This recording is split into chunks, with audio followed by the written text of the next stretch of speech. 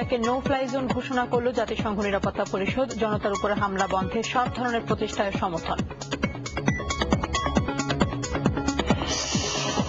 কৃষককে ন্যায্য মূল্য দিতে বেড়েছে চালের দাম, বলেন প্রধানমন্ত্রী।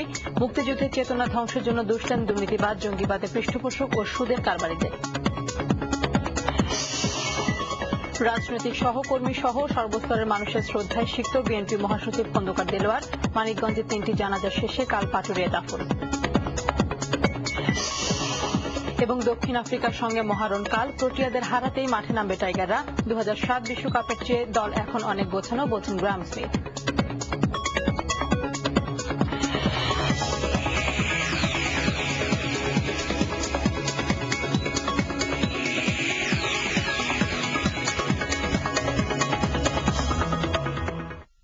আসসালামু আলাইকুম, স্বাগত জানাচ্ছি আরটিভি সন্ধ্যা সংবাদে। শুনছিলেন মার্কেন্টাইল ব্যাংক সংবাদ শিরোনাম। পুরো সংবাদে আপনাদের সঙ্গে রয়েছি আমি ফারজানা তানি। পাইওনিয়ার ইন্স্যুরেন্স কোম্পানি আপনার সম্পদের দুর্ঘটনাজনিত ক্ষতিপূরণে অঙ্গীকারবদ্ধ। লিবিয়াকে নো ফ্লাই জোন ঘোষণা করল জাতিসংঘ নিরাপত্তা পরিষদ। পাশাপাশি জনতার উপর হামলা বন্ধে সব ধরনের প্রচেষ্টার সমর্থন দিয়েছে পরিষদ। এতে গাদ্দাফির বিরুদ্ধে সেনা অভিযানে কোনো বাধা রইল না। তবে ওই ঘোষণার আগেই জাতিসংঘের কোনো সমাধানই না মানার কথা জানান মুয়াম্মার গাদ্দাফি। ফুরকান আলমের রিপোর্ট। দুদিনের আলোচনার পর জাতিসংঘ নিরাপত্তা পরিষদে মার্কিন লবির বিপক্ষে দাঁড়ানোর সাহস করল না কেউই।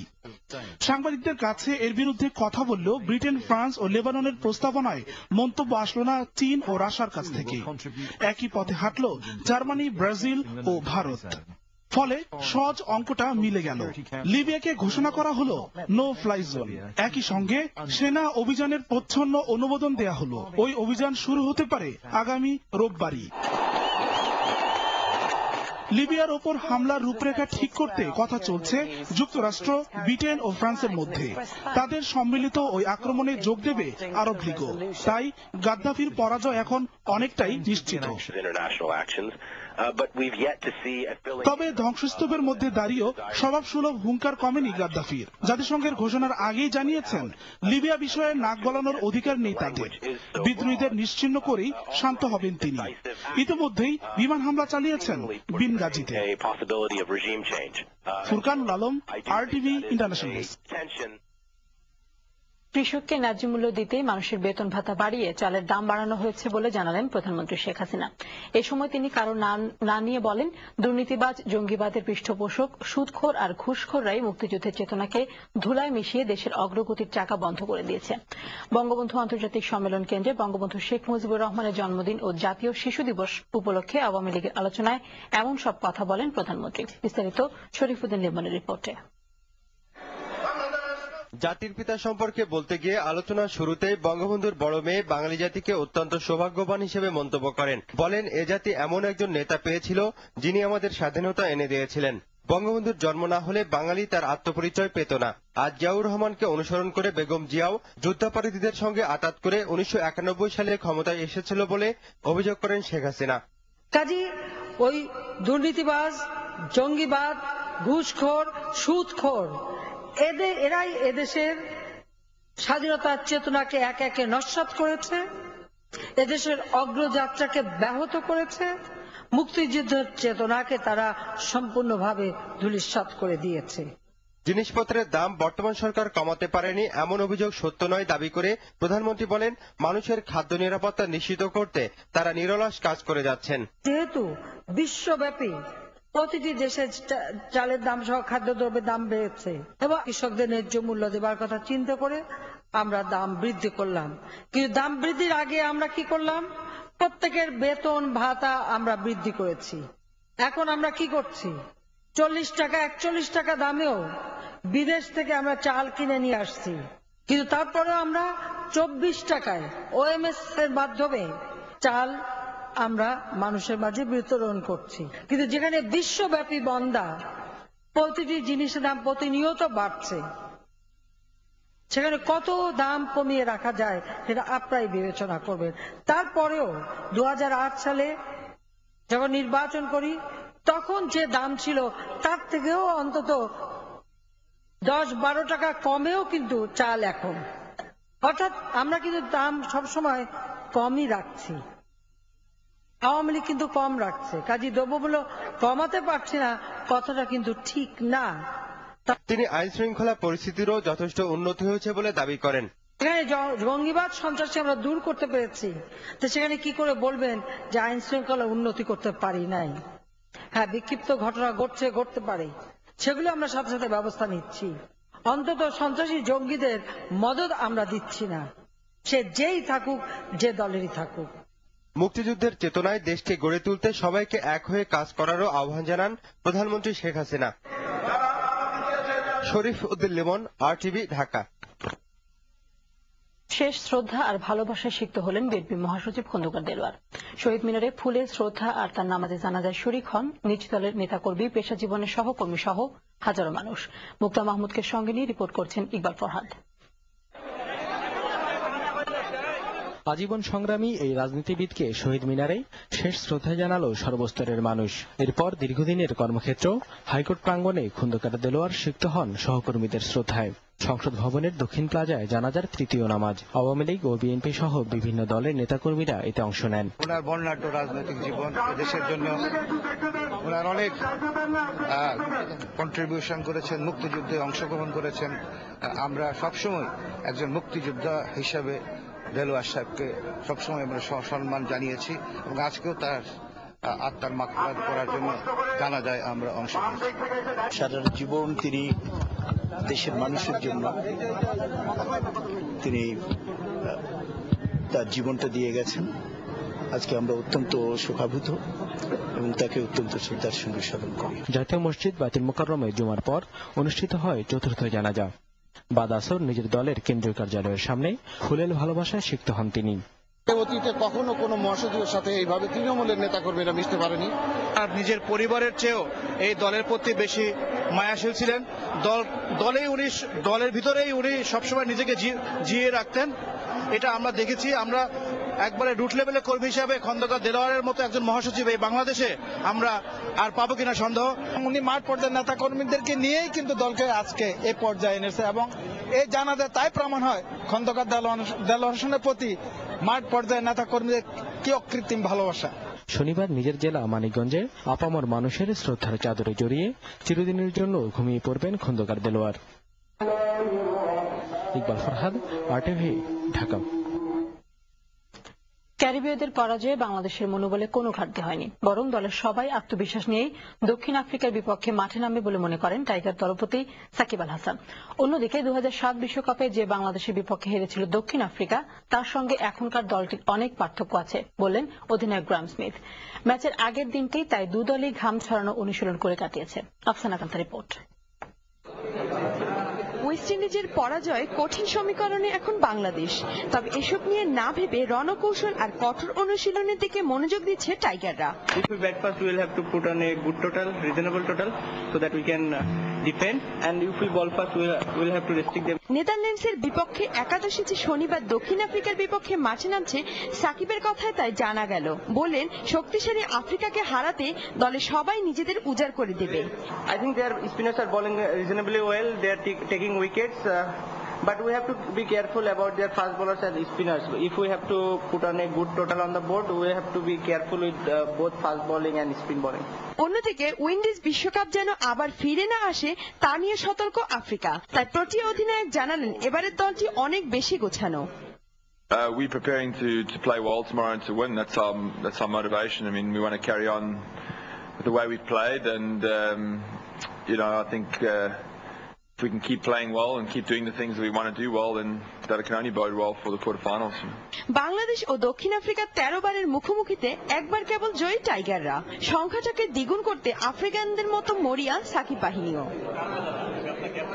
ক্যারিবীয়দের পরাজয় বাংলাদেশের জন্য হিসেব নিকেশটা কঠিন করে ফেললেও স্মিথদের হারিয়েই কোয়ার্টার ফাইনাল নিশ্চিত করতে চায় বাংলাদেশ।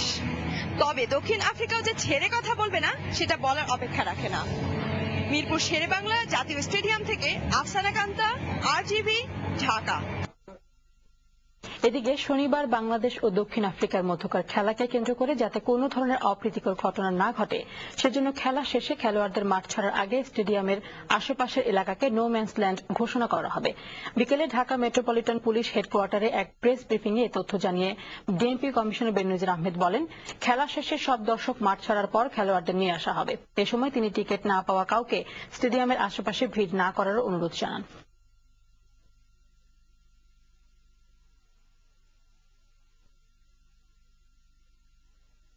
স্টেডিয়াম চত্বর তার বাইরের এলাকা থেকে শুরু করে 10 নম্বর গোল চক্কর পর্যন্ত আমরা অনুরোধ করবো কাউকে ওখানে না থাকার জন্য।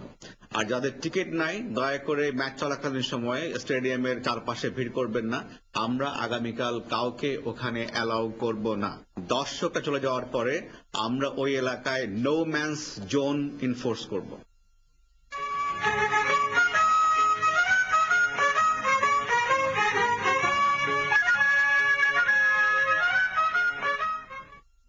আগুনঝরা মার্চের খবর।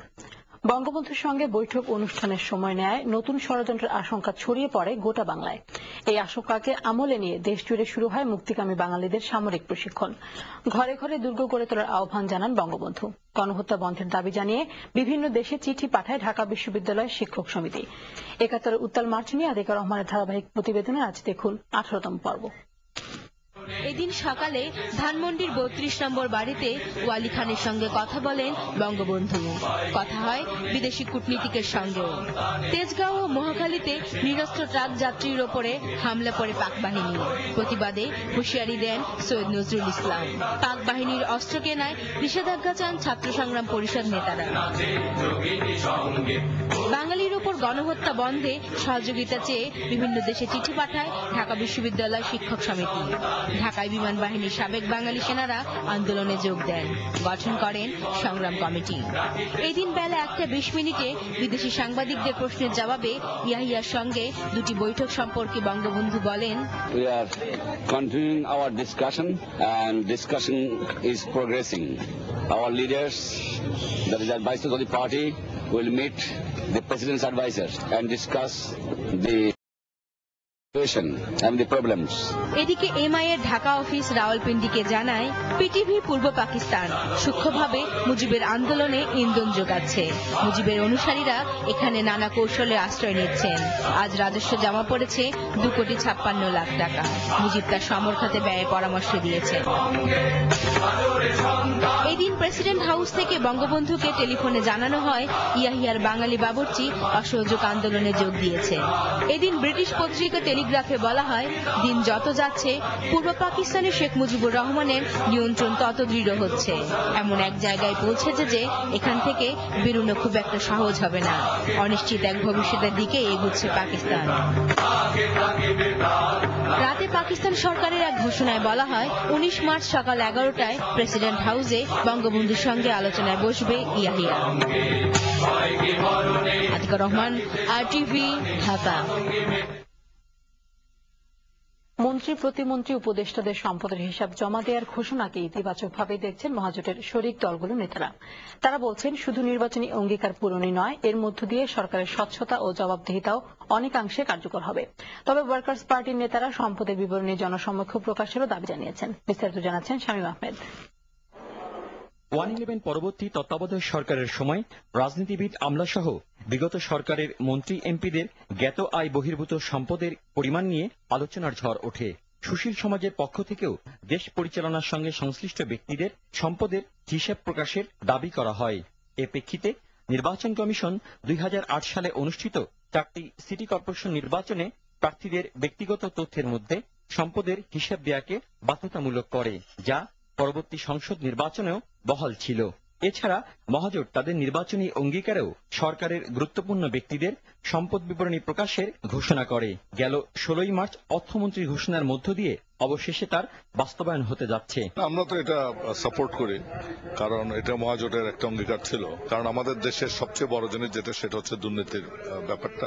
আমরা চাই স্বচ্ছতা এবং দুর্নীতি আমাদেরকে সমাজ থেকে আসলে এটা শেষ করে দিতে হবে, এবং তার জন্য এটাই আমার মনে হয় একটা বিরাট পদক্ষেপ। যিনি নেতা হবেন, মন্ত্রী হবেন, এমপি হবেন, এমনকি সবারই তো সম্পদের হিসাব দেওয়ার আইন আছে, প্রত্যেকটি মানুষকে ইনকাম ট্যাক্স দেওয়ার রীতি আইন আছে। সে আইন মোতাবেক চললে কারো পিছনে পিছনে তাড়া করে বেড়ানোর কোনো সুযোগ থাকে না। অন্যদিকে সরকারের শরিক ওয়ার্কার্স পার্টি চায় এই বিবরণী সবার জন্য উন্মুক্ত করা হোক। আমি মনে করি যে দুর্নীতি গণতন্ত্রের একটা অন্যতম বড় শত্রু এবং দুর্নীতিবাজদের বিরুদ্ধে আমাদের লড়াই দীর্ঘদিনের। সেই ক্ষেত্রে নিঃসন্দেহে এই ধরনের সম্পদের হিসাব প্রকাশের মধ্য দিয়ে আমাদের যারা দায়িত্বে আছেন তাদের জবাবদিহিতা এবং স্বচ্ছতা আরো বেশি প্রতিষ্ঠিত হবে। বিশেষ করে সম্পদের হিসাব পাওয়ার পরে একজন লোক খুব স্বাভাবিকভাবেই যাকে নির্বাচিত করছেন তার সম্পর্কে অনেক বেশি জানতে পারবেন। তবে অনেক পরে হলেও দেশের সংসদীয় গণতন্ত্র প্রতিষ্ঠা ও গণতন্ত্রের ভিত্তিমূল রচনায় এ প্রক্রিয়াকে একটি শুভ সূচনা বলেই মনে করছেন সরকার সংশ্লিষ্ট সব দলের নেতারা। শামীম আহমেদ, RTV, ঢাকা। আদিবাসী কোনো জাতির পরিচয় হতে পারে না, তাই বাঙালি ছাড়া অন্য নৃগোষ্ঠীকে সংবিধানে ক্ষুদ্র জাতিসত্তা হিসেবে স্বীকৃতি দেওয়ার প্রস্তাবকে স্বাগত জানিয়েছেন বিশেষজ্ঞরা। তবে কেউ কেউ বলছেন ক্ষুদ্র কথাটি খুব একটা সম্মানজনক নয়, তাই সংবিধানে সব গোষ্ঠীর নাম উল্লেখ করার পরামর্শ দেন তারা। নাফিজাতুরা রিপোর্ট। অপরূপ এ দেশে যেমন আছে প্রাকৃতিক বৈচিত্র্য, তেমনি আছে সাংস্কৃতিকও। ভৌগোলিক এর রাষ্ট্রে বাঙালির সঙ্গে বাস করছে আরো অনেক জাতি, যাদের বেশিরভাগেরই বাস পাহাড়ে।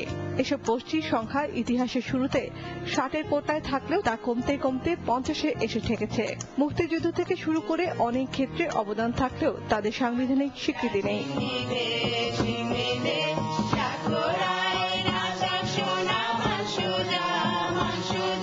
বিষয়টি মাথায় রেখে এবার সংবিধান সংশোধন বিশেষ কমিটি তাদের ক্ষুদ্র জাতিসত্তা হিসেবে স্বীকৃতি দেবার প্রস্তাব করেছে। এ নিয়ে মিশ্র প্রতিক্রিয়া জানিয়েছেন বিশেষজ্ঞরা।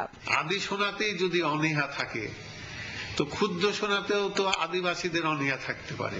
কাজে আমরা সোজাসুজি বলতে পারি যে বাংলাদেশে অনেক তফসিলভুক্ত জাতিসমূহ বাস করে এবং তফসিলে আমরা যদি আদ্যক্ষর হিসাবে, সংখ্যাগরিষ্ঠ হিসাবে নয়, আদ্যক্ষর হিসাবে যদি বাঙালি, চাকমা, গারো যা আছে, ওরাও, এগুলোর যদি একটা তালিকা তৈরি করি তাহলে তো সবচেয়ে সম্মানজনক হয়ে যায়। তবে অনেকে আবার বলছে শুধু সাংবিধানিক স্বীকৃতি দিলেই হবে না, এসব গোষ্ঠীর সমান অধিকার নিশ্চিত করতে হবে। কারা এই অঞ্চলের আদিবাসী, কে প্রথম এখানে আসে, এই কথা স্পষ্ট করে বলা যাবে না যে চাকমারা এই দেশে প্রথম এসেছিল বা মারমারাই এদেশে প্রথম এসেছিল বা সাঁওতালরাই প্রথম এদেশে এসেছিল। আদিবাসী বলাটা আমি সেই কারণে খুব একটা সঙ্গত মনে করি না। বলতে হবে যে বাংলাদেশের আমরা যেমন প্রধান নৃগোষ্ঠী বাংলাদেশের বাঙালি, তেমনি এই ক্ষুদ্র ক্ষুদ্র এই ধরনের বহু নৃগোষ্ঠী আছে এবং প্রত্যেকের আলাদা জাতিসত্তা আছে, সেটা স্বীকার করতে হবে এবং তাদের উন্নয়নের সমান সুযোগ সৃষ্টি করতে হবে।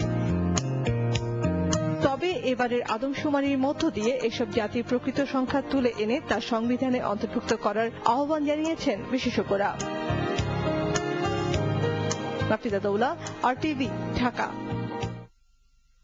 সরকার পরিকল্পিতভাবে যুদ্ধ অপরাধ বিচার বিলম্বিত করছে বলে মন্তব্য করলেন বঙ্গবীর কাদের সিদ্দিকী। বিচারের জন্য গঠিত ট্রাইব্যুনাল উপযুক্ত নয় বলেও মনে করেন তিনি। সকালে ঢাকা রিপোর্টার্স ইউনিটিতে আয়োজিত আলোচনায় তিনি এসব কথা বলেন। এ সময় বঙ্গবন্ধু নয়, জেনারেল জিয়াই ছিলেন স্বাধীনতার ঘোষক, এমন মন্তব্য করেন বঙ্গবীর কাদের সিদ্দিকী। রিপোর্ট করছেন নাইমা মৌ।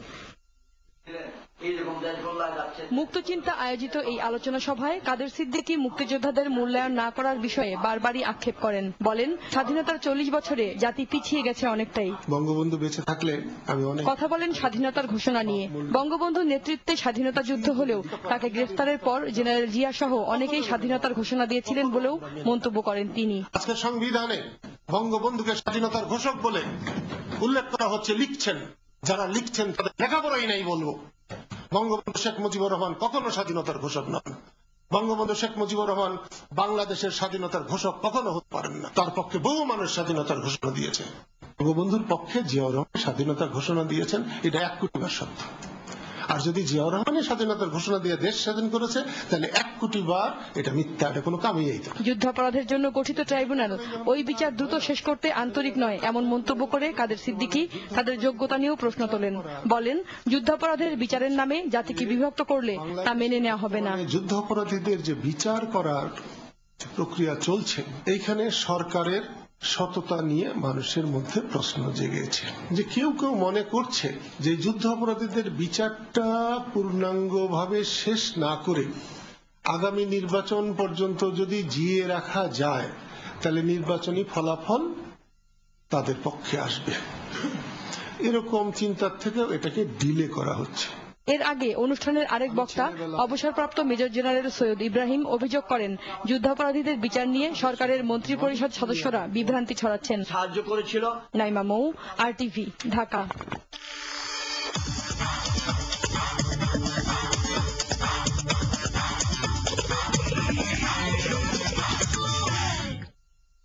এবার ইসলামী ব্যাংক বিশ্বকাপের খবর। মুম্বাই ওয়াংখেড়ে স্টেডিয়ামে নিউজিল্যান্ডকে 266 রানের জয়ের টার্গেট দিল শ্রীলঙ্কা। দুপুরে টস জিতে ব্যাট করার সিদ্ধান্ত নেন লঙ্কান অধিনায়ক কুমার সাঙ্গাকারা। লঙ্কান টপ অর্ডারের শুরুতেই ধস। দলীয় 19 রানের মধ্যে আউট উপল থারাঙ্গা ও তিলেক রত্নে দিলশান। মিডল অর্ডারে লঙ্কান ইনিংসের হাল ধরেন অধিনায়ক কুমার সাঙ্গাকারা ও মহিলা জয়াবর্ধনে। 90 বলে 66 রানে সাউদির বলে LBW'র ফাঁদে জয়াবর্ধনে। 111 রানে বোল্ড আউট হন লঙ্কান অধিনায়ক। এরপর 219 থেকে 239 এই 20 রানের ব্যবধানে লঙ্কানরা হারায় আরো 4 wicket. Thilan সামারিবারা, Chamara Silva, Lhuan Kulasekara ও ল্যাসিথ মালিঙ্গাকে। লোয়ার অর্ডারেও নির্ভরযোগ্য কোনো ইনিংস আসেনি লঙ্কান স্কোরে। কলকাতার ইডেন গার্ডেনে বিশ্বকাপের তৃতীয় সর্বোচ্চ রান তাড়া করে নেদারল্যান্ডসকে 6 উইকেটে হারিয়ে দ্বিতীয় জয় দিয়ে এবারে বিশ্বকাপ শেষ করল আয়ারল্যান্ড। ডাচদের দেয়া 307 রানের জয়ের টার্গেটে খেলতে নেমে 2 ওভার 2 বল বাকি থাকতেই মাত্র 4 উইকেট খুইয়ে জয়ের লক্ষ্যে পৌঁছে যায় আইরিশরা। ফরিদা বকেয়ারের desk report. Irish opening batsman William Porterfield ও পল স্টার্লিং জুটির অনবদ্য শুরু। ডাচ বোলার টম কুপারের বল বারমানের হাতে ধরা পড়ে অধিনায়ক পর্টারফিল্ড আউট হওয়ার আগে দলীয় স্কোর পৌঁছায় 177-এ। ঠিক 2 রান পরেই সিলারের বল কারভেজির হাতে ক্যাচ দিয়ে স্টার্লিং সাজঘরে ফিরলেও ততক্ষণে 2 ছক্কা 14 চারে 72 বলে বিশ্বকাপ ক্যারিয়ারে প্রথম সেঞ্চুরি যোগ হয়ে গেছে 21 বছর বয়সী এই আইরিশ ব্যাটসম্যানের। এরপর 18 রানে জয়, 27 রানে উইলসন ক্যাচ আউট হলেও জয় থেকে তখন মাত্র 28 রান দূরে আইরিশ স্কোর। নেল ওব্রায়ানের 57 বলে 58 রানের অপরাজিত ইনিংস পুরো করেছে বাকিটুকু শূন্যতা। ডাচরা খেলা শুরুতেই প্রথম সারির 3 উইকেট হারিয়ে ব্যাকফুটে চলে যায়। তবে হাল ছাড়েননি Dutch hard hitter batsman Ryan Doeschate ও অধিনায়ক পিটার বোরেন। 108 বলে 106 রান করে বিশ্বকাপ ক্যারিয়ারের দ্বিতীয় সেঞ্চুরি তুলে নেন ডেসকার্টে। 82 বলে 84 রানের চমৎকার ইনিংস খেলেও পরাজয়ের যন্ত্রণায় ভোগ করতে হল ডাচ অধিনায়ক পিটার বোরেনকে। ফরিদা বক্তিয়ারা, RTV স্পোর্টস ডেস্ক। এবার কুল মোস্ট নোটিস প্লেয়ার। 49 রানের বিনিময়ে 4 উইকেট, সাথে ব্যাট হাতেও করেছেন 49 রান। তবে ক্যারিবীয়দের জয়ের জন্য যথেষ্ট ছিল না আন্দ্রে রাসেলের এত সব চেষ্টা। 4 উইকেট নিয়ে ক্যারিবীয় টপ অর্ডার ধসিয়ে দেয়া জেমস ট্রেডওয়েল হয়েছেন ম্যাচের সেরা খেলোয়াড়। ব্যাট হাতে 9 রান করে রান আউট হলেও বল হাতে ক্যারিবীয়দের ওপেনিং জুটির 2 ব্যাটসম্যান গেল ও স্মিথ, মাঝে ব্রাভো ও শেষে আন্দ্রে রাসেলের গুরুত্বপূর্ণ উইকেট।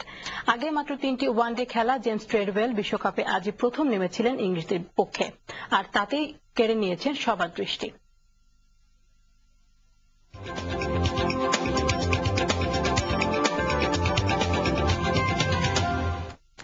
এবার আন্তর্জাতিক সংবাদ।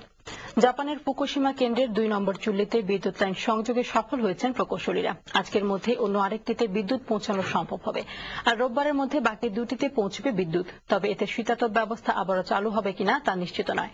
ভূমিকম্পের পর সেটি পরীক্ষা করা যায়নি। পরমাণু এই বিপর্যয়ে আতঙ্কে দিন কাটাচ্ছেন জাপানিরা।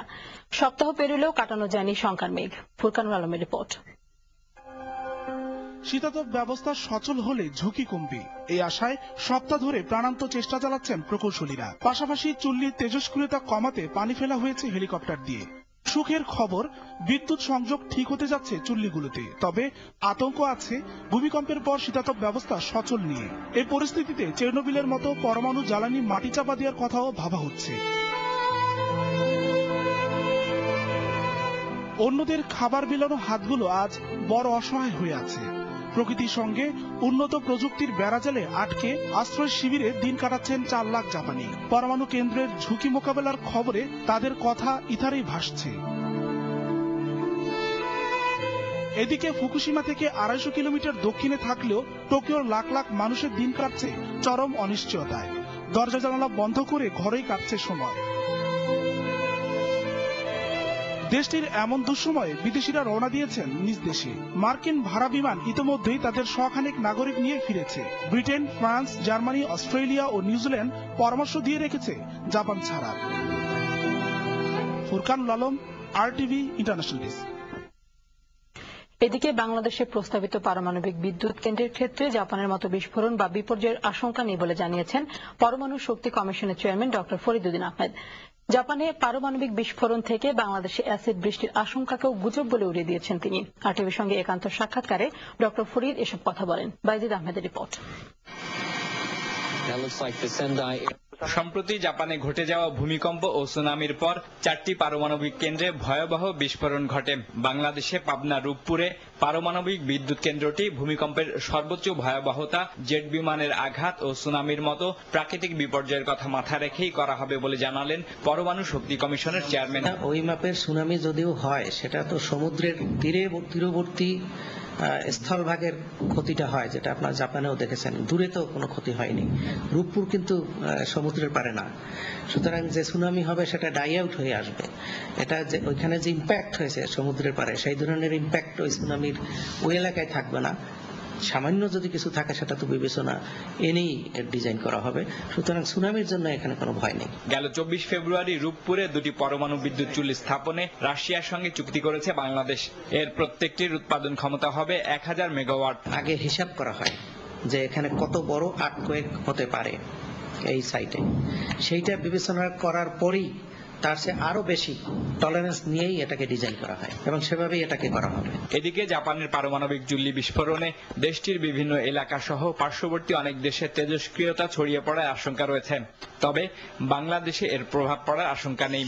আর অ্যাসিড বৃষ্টি নিয়ে যে খবর ছড়িয়েছে তাকে গুজব বললেন ডক্টর ফরিদ। বাংলাদেশে যে সবার মোবাইল ফোনে যে SMS এসেছে যে রেডিয়েশন যেটা জাপানে হয়েছে, তার ফলে বাংলাদেশে অ্যাসিড বৃষ্টি হতে পারে, এখানে তেজস্ক্রিয়তা আসতে পারে, এটা একেবারেই অমূলক। কারণ নিউক্লিয়ার পাওয়ার প্ল্যান্টে এমন কোনো উপাদানই থাকে না যার দ্বারা অ্যাসিড বৃষ্টি হয়।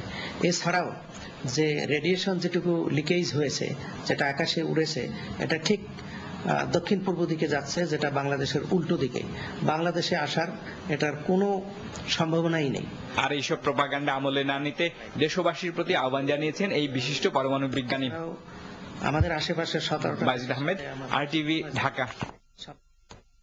জাতিসংঘ নিরাপত্তা পরিষদে অনুমোদিত নো ফ্লাই জোন পরিকল্পনা মেনে নিয়েছে গাদ্দাফি সরকার।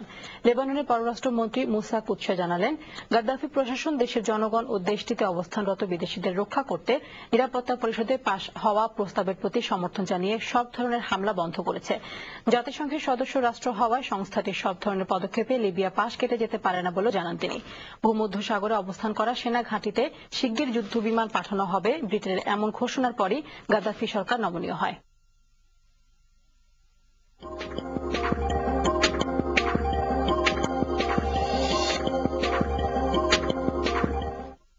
এবার সাউথ ইস্ট ব্যাংক বাণিজ্য সংবাদ। 2010 সালে উচ্চ মাধ্যমিক ও সমমানের পরীক্ষায় GPA 5 পাওয়া প্রায় 5000 কৃতি শিক্ষার্থীকে সংবর্ধনা দিয়েছে দেশের একমাত্র mobile company Teletalk Bangladesh limited. সকালে রাজধানীর রেসিডেন্সিয়াল কলেজ মাঠে দ্বিতীয়বারের মতো টেলিটক GPA 5 সংবর্ধনা অনুষ্ঠানে কৃতি শিক্ষার্থীদের একটি করে টেলিটক সিম দেওয়া হয়।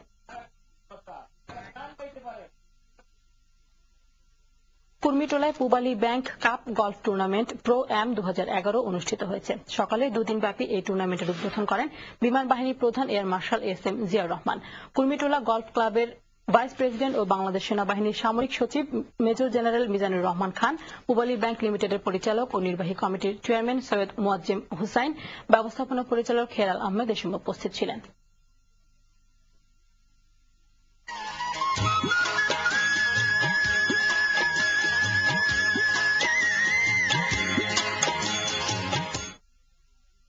আলম গ্রুপ চট্টগ্রাম সংবাদ। রুদ্ধদ্বারে আঘাত করে মুক্ত করো প্রাণ স্লোগান নিয়ে চট্টগ্রামে শুরু হলো 2 দিনের স্বাধীনতা উৎসব। বিকেলে ডিসি হিলের নজরুল স্কোয়ারে এর উদ্বোধন করেন নাট্য ব্যক্তিত্ব রামেন্দু মজুমদার। আলোচনা সভায় বক্তব্য রাখেন প্রফেসর সাইদুর রহমান হেলালি। এ সময় সম্মাননা দেওয়া হয় কবি নির্মলেন্দু গুণ ও মাহবুব হাসানকে। এর আগে একটি র্যালি বের হয়ে নগরীর প্রদক্ষিণ শেষে শহীদ মিনারে পুষ্পমাল্য অর্পণ করে।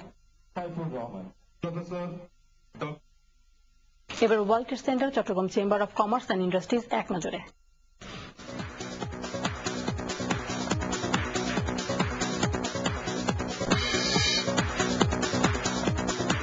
রাজধানীর যাত্রাবাড়িতে সিদ্দিকুর রহমান নামে এক গ্রিল মিস্ত্রিকে পিটিয়ে হত্যা করেছে সন্ত্রাসীরা। নিহতের বড় ভাই পান্নু জানান, বৃহস্পতিবার রাতে কে বা কারা তার ভাইকে খুন করে ধলপুর বিবির বাগিচা এলাকায় ফেলে রেখে যায়। পবিত্র কোরআন বিরোধী নারী নীতি বাতিল করা না হলে সরকার পতন আন্দোলনে হুঁশিয়ারি দিয়েছে ইসলামী আন্দোলন বাংলাদেশ। শুক্রবার বিকেলে রাজধানীর মুক্তাঙ্গনে সমাবেশে সংগঠনের নেতারা এ হুঁশিয়ারি দেন। পরে এক বিক্ষোভ মিছিল বের হয়।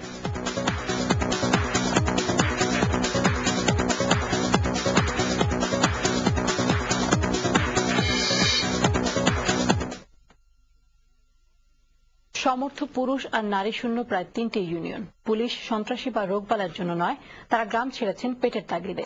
যখন পানিতে তলিয়ে গেছে তাদের সব চাষযোগ্য জমি, তখন পুরুষদের কেউ কেউ ছুটে গেছেন উত্তরবঙ্গে বদলি দিতে, আর নারীরা রাজধানী ঢাকা ও তার আশপাশের গার্মেন্টস কারখানায়। পাবলিক কনসার্নে মাসারুল ইসলাম জানাচ্ছেন বিস্তারিত। ছবি তুলেছেন শামসুজ্জামান শুভ।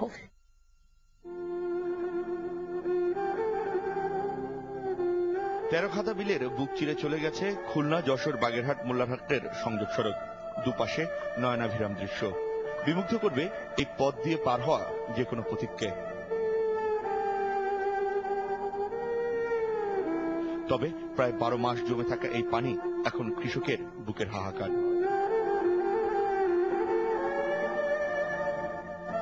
একসময় যে কৃষক নিজের ক্ষেতে হাল চাষ করতেন, তার শক্ত পেশি নিয়ন্ত্রণ করত হালটানা বলদের দিক। যে মাটির বুকে ঝরে পড়ত তার নোনা ঘাম, ফলত ফসল, সেখানে জমে থাকা পানিতে আজ চড়ছে হাঁস আর মাছ। পানির অতলে মাটিতে আজ সবুজ শ্যাওলা।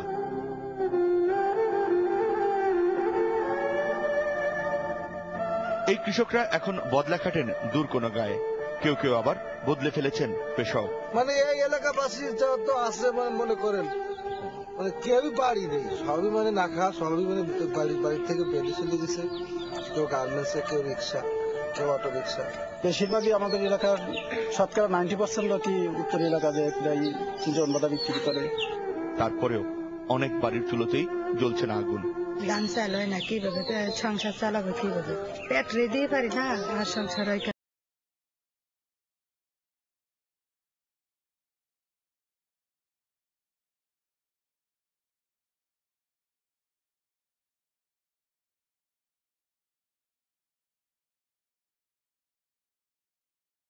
থাকায় সেগুলো সস্তা দামে বিক্রি করতে বাধ্য হচ্ছেন কৃষক আর গৃহস্থরা। গরু যে নিয়ে যাচ্ছেন, এটা পালবেন কোথায়? এই গরু বিক্রি করতে যাচ্ছি, আমাদের জমি মায়ের কারণে সমস্যা। গ্রামটির প্রতিটি ঘরে এখন নারী, শিশু আর বৃদ্ধদের অবস্থান। কারণ পুরুষ সদস্যদের পাশাপাশি নারীদের বড় অংশ পরিবারের অন্ন জোগাতে ছুটে গেছেন রাজধানী ও এর আশপাশের গার্মেন্টসে। একই সাথে বন্ধ হয়ে গেছে শিশুদের লেখাপড়াও। তখন ডাঙ্গাডার ওঠে না, এই জন্য আমার স্বামী ইনকাম করতে না, দুটো ছেলে স্কুলে পড়াতে পারি না। বাচ্চা কাচ্চার পড়ালেখা বন্ধ থাকে, মাঝে মাঝে চলতেছে। আছে তো কাছে জাতি চাই, কিন্তু খাতা কিনা বই কিনা কলম কিনে পয়সাই তো দেয়। স্কুলে স্যার যাচ্ছে, কিন্তু আসলে জমি জমা ফসলাদি না আদি খরচ খরচা বহন করা এটা সমস্যা না। এই পরিস্থিতি থেকে মুক্তি চাচ্ছেন এলাকার মানুষ। তারা চাইছেন সরকার তাদের জন্য নেবেন আরো জনবান্ধব কিছু উদ্যোগ। আপনার আশপাশের এই ধরনের যে কোনো সমস্যার কথা দেশের যে কোনো প্রান্ত থেকে লিখে জানাতে পারেন আমাদের। আমরা চেষ্টা করব আপনাদের সমস্যার কথাগুলো তুলে ধরতে। আমাদের লেখার ঠিকানা পাবলিক কনসার্ন, RTV NCA বিভাগ, 102 কাজী নজরুল ইসলাম এভিনিউ, কারওয়ান বাজার, ঢাকা 1215। ফোন 01733404080।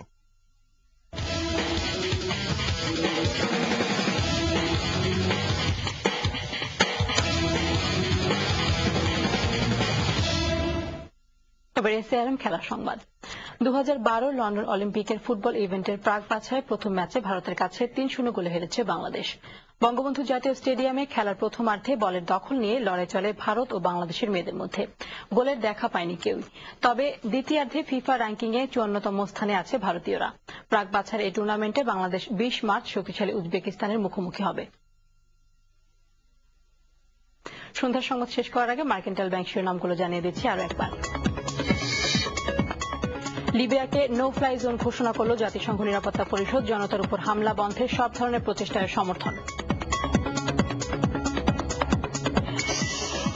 কৃষককে ন্যায্য মূল্য দিতেই বেড়েছে চালের দাম বললেন প্রধানমন্ত্রী। মুক্তিযুদ্ধের চেতনা ধ্বংসের জন্য দুষলেন দুর্নীতিবাজ, জঙ্গিবাদের পৃষ্ঠপোষক ও সুদের কারবারিদের। রাজনৈতিক সহকর্মী সহ সর্বস্তরের মানুষের শ্রদ্ধায় সিক্ত বিএনপি মহাসচিব খন্দকার দেলোয়ার। মানিকগঞ্জে 3টি জানাজা শেষে কাল পাটুরিয়ায় দাফন। এবং দক্ষিণ আফ্রিকার সঙ্গে মহারণ কাল, প্রোটিয়াদের হারাতেই মাঠে নামবে টাইগাররা। 2007 বিশ্বকাপের চেয়ে দল এখন অনেক গোছানো বলছেন গ্রাহাম স্মিথ।